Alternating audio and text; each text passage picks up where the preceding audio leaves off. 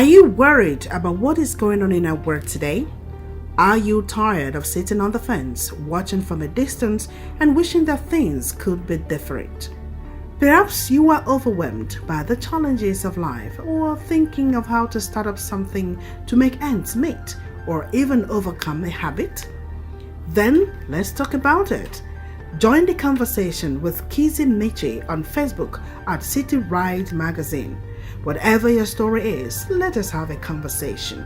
To participate or sponsor, please call City Ride Magazine on 0803 2874 192. City Ride Magazine, telling the story the African way.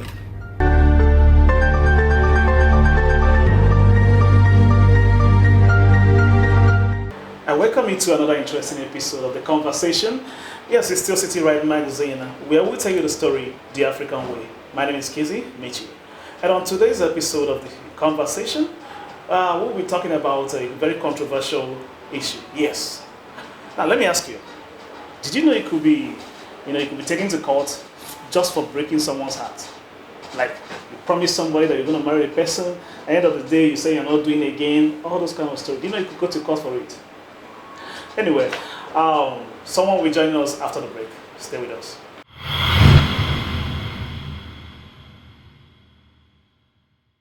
I'm glad you're still here with us. And today's episode, like I told you, we'll be talking about breach of promise to marry.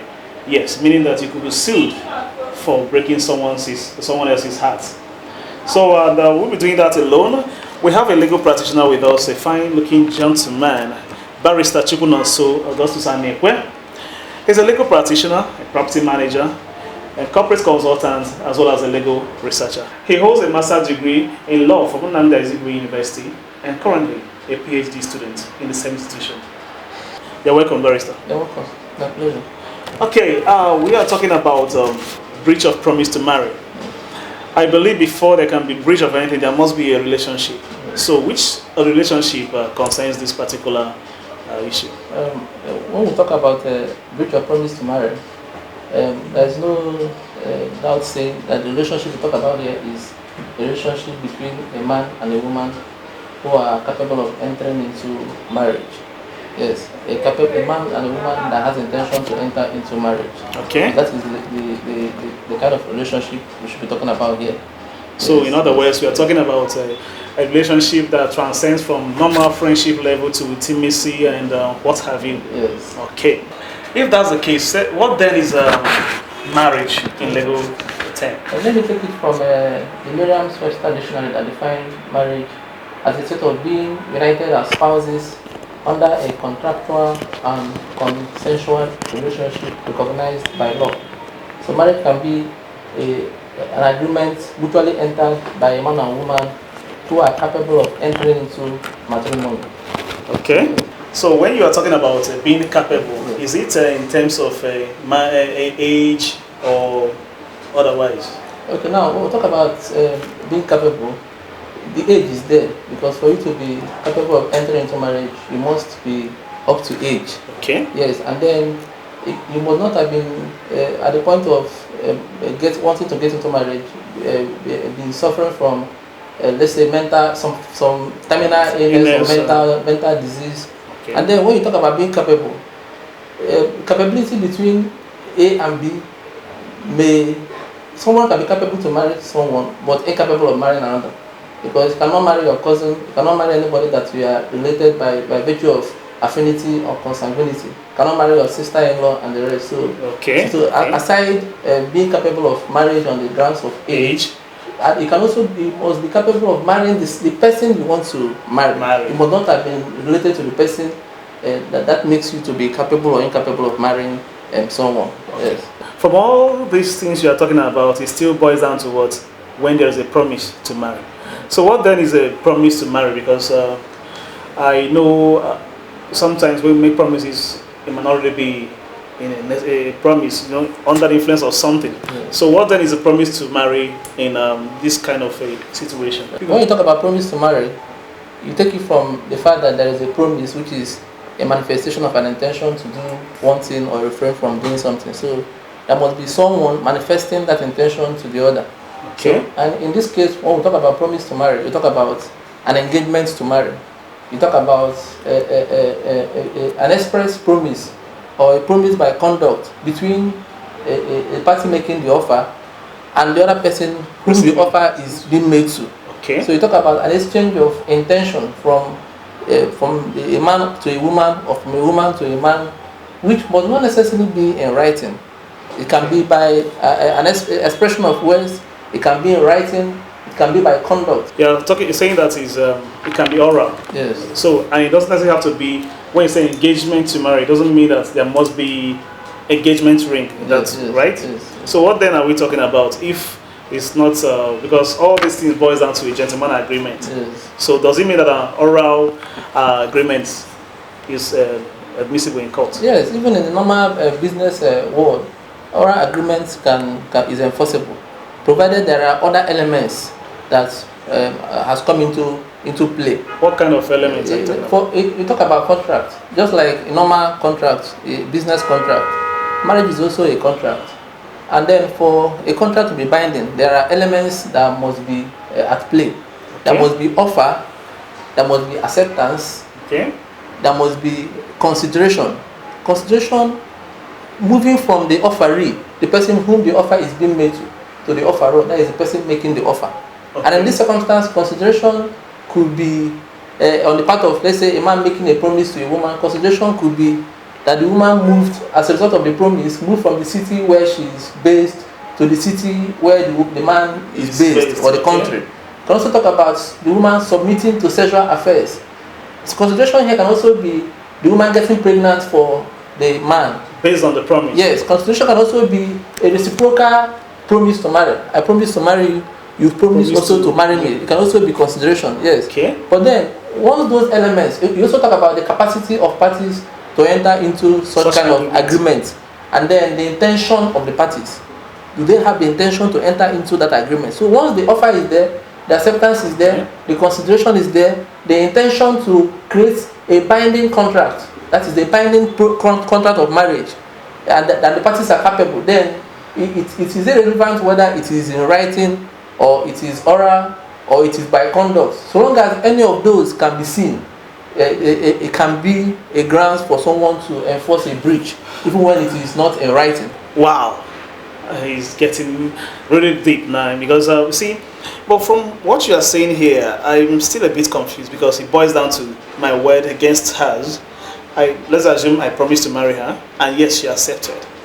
But without a substantial evidence, do you think is he admissible in the court? This is a matter of law.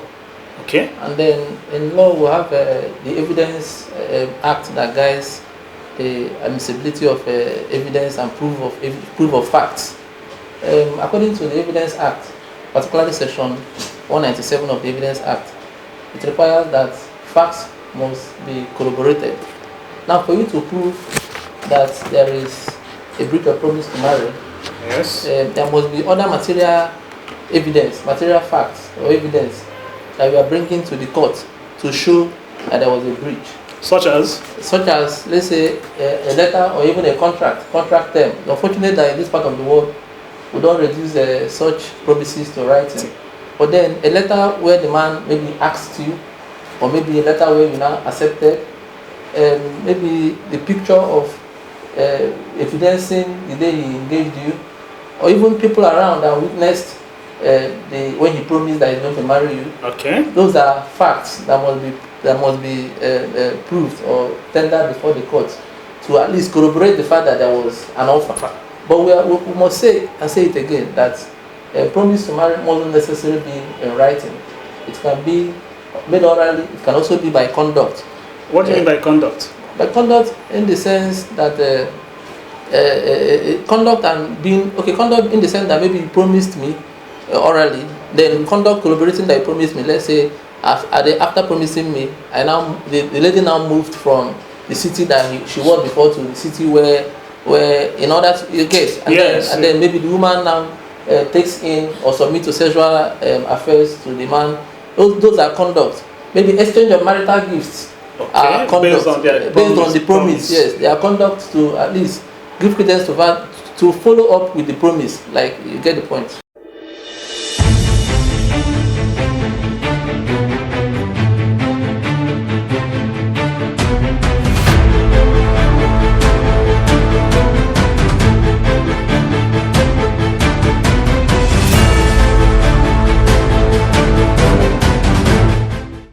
still the City Right magazine and the conversation, of course. And we'll be talking to Barrister Chukwunonso Anekwe, who happens to be a legal practitioner, property manager, and corporate consultant, as well as a legal researcher. And we've been talking about the breach of promise to marry. And we've seen it as agreement made orally is admissible in court. However, I would like to ask this question. There's a saying that goes this way, that court doesn't know the truth, court knows only evidence. So, is it not going to be an uphill task to prove that such an agreement actually existed? It depends on the way you want to look at it. Every fact must be substantiated by evidence. So for you to want to enforce a breach of any particular right or contract, there must be evidence you can be able to prove it. So in this case, we're talking about breach of promise to marry. Yes. Now, is for you to get damages, you must be able to prove with evidence, with maybe like I have said before. Yes, you said something about people around, evidence of writing, whether it is by contract or your friends coming to say that they were there. Those are the things that the court will see to be able to corroborate the fact that you are telling the court. So the court requires you to prove. Proof is a very, very essential for you to win your case in court. Yes, so it's an uphill task, but then it is essential. It is essential, yes, and it is not impossible. Well. Yes, this seems like at least we have an agreement that it's an uphill task. So then, what happens to when the promise is broken based on irreconcilable differences? The fact is, was there a promise? Okay. Was there proper promise, that is promise to marry? Another elements of that contract of marriage. Okay. They offer issue acceptance, consideration, intention, and the rest. Intention and capacity. Once those are established that there was a promise and then accepted, issue of irreconcilable difference is not necessarily a defense for the person who has breached a promise to marry. The issue is that there was a promise to marry, and then a party has decided to break that promise, which has entitled the person who has suffered as a result of to go to court and enforce the breach. So issue of irreconcilable difference does not stop the person from enforcing his right in court or her right in court. Okay. What I know is that there are exceptions. Now, if someone has promised you marriage, yeah, and then goes now to, okay, someone has promised you marriage, but at the end of the day, you that accepted is being caught in infidelity, dating other people and the rest of it. And that can be a defense for the guy. Okay. If you now sue him, that yes, he promised you, but there's an evidence that you were not faithful to him. That can be a defense. But issue of, what about threat to life? It can also be a defense. Yes, yeah. But then that he has made a promise to you, entitles you to sue if you breach. Issue of irreconcilable difference. Let the guy now come to court and begin to tell the court. The court does not speculate. The difference must be there, must be brought to the court that these are the reason why I breached it. Okay. But then it does not stop the girl from enforcing her rights. Okay, so yes, whoever is the aggrieved must can be able to sue, yes, in court. Yes. Okay, in this part of the world where we barely have anything in writing, how then can this be enforceable in Nigeria? We are still saying the same thing, that it must not necessarily be in writing, that it can be by conduct, it can be orally made.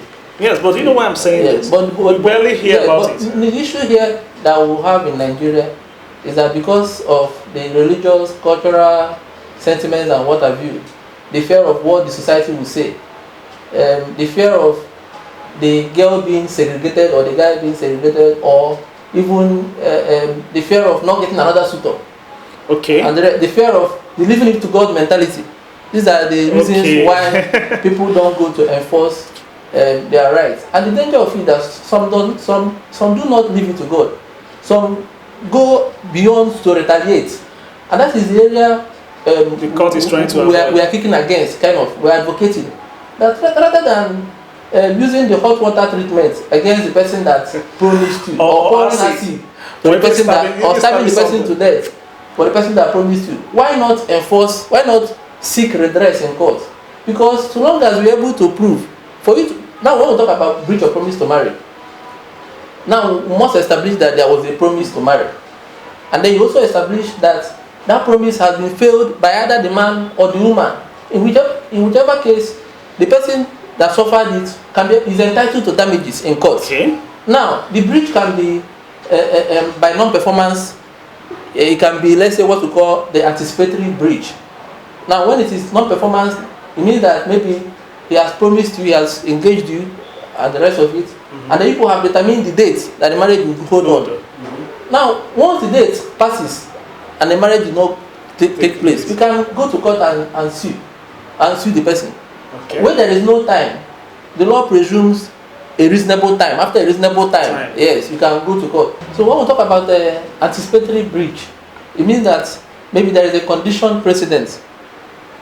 What do you mean by condition precedent? Maybe there is a promise between the man and the lady that the man will marry the lady on the condition that the parents of the woman, of the girl, will give their consent. So if the promise is tied on a condition, that is consent, yes, from the parents of the yes, it means that upon the fulfillment of that condition, that is when you can now say that the promise has been substantiated, kind of, and in which case the man is entitled, is required as a matter of law to fulfill the promise, that is to marry the lady. Because the consent has been obtained. The condition has been satisfied, yes. Okay. So if it is an anticipatory breach, it means that for the woman to be able to enforce, the condition must have been satisfied. Yes. So once the condition is satisfied and the man now fails, that is when it can be said that there is a breach and the woman is entitled to damages. Or vice versa. So there is even a case, in the case of Uso versus Ikotu Bosin, reported in 1975. The citation is in 1975 WNRLR 187, where the defendant, being the man, promised the lady that he was going to marry her in 1947.